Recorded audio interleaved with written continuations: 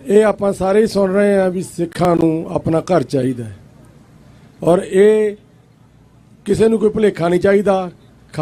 खालसा राज सिखा का आना ही आना है, खालिस्तान बनना ही बनना है।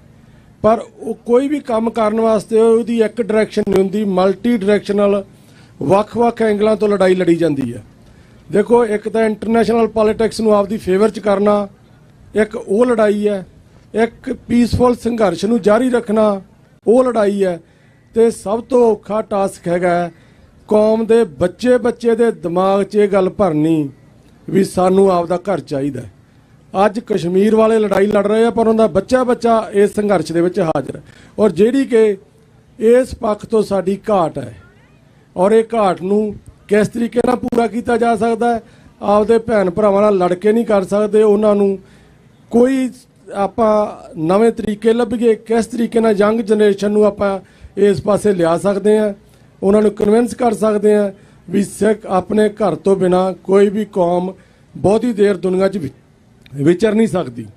और दूसरी गल एक पक्ष तो आपां वीक हैं धार्मिक परपक्खता तो।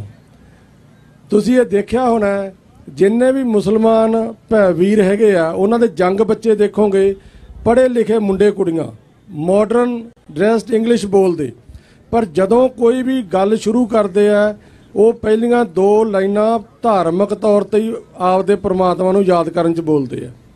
और असीं कित्थों शुरू करते हैं? ਉਹਦੀ धार्मिक परपक्खता उन्होंने कितों आई है? उन्होंने मदरसा सिस्टम चो आई है। यही कारण अज जोगी कह रहा हज़ारां की गिनती के विच मदरसे बंद करने। और साडे जो बजुर्ग भी दसदे आ अज दा नहीं उन्हों दा सिस्टम, जदों पहलां 47 तो पहलां भी पिंडां दे विच हर मस्जिद दे विच उन्हां दा बच्चा पढ़दा सी। इस पक्ष तो आपां वीक हैं, धार्मिक परपक्खता तो वीक हैं। जे आपां अज 5-6 साल के बच्चे नूं इस लाइन च शुरू करांगे तो जदों उन्होंने 20 साल का होना वो पक्का आपदे धर्म वास्ते लड़ाई लड़न वाला होऊगा। ये सारियां गल्लां दी मैं बेनती करदा खिमा दा जाचक हां।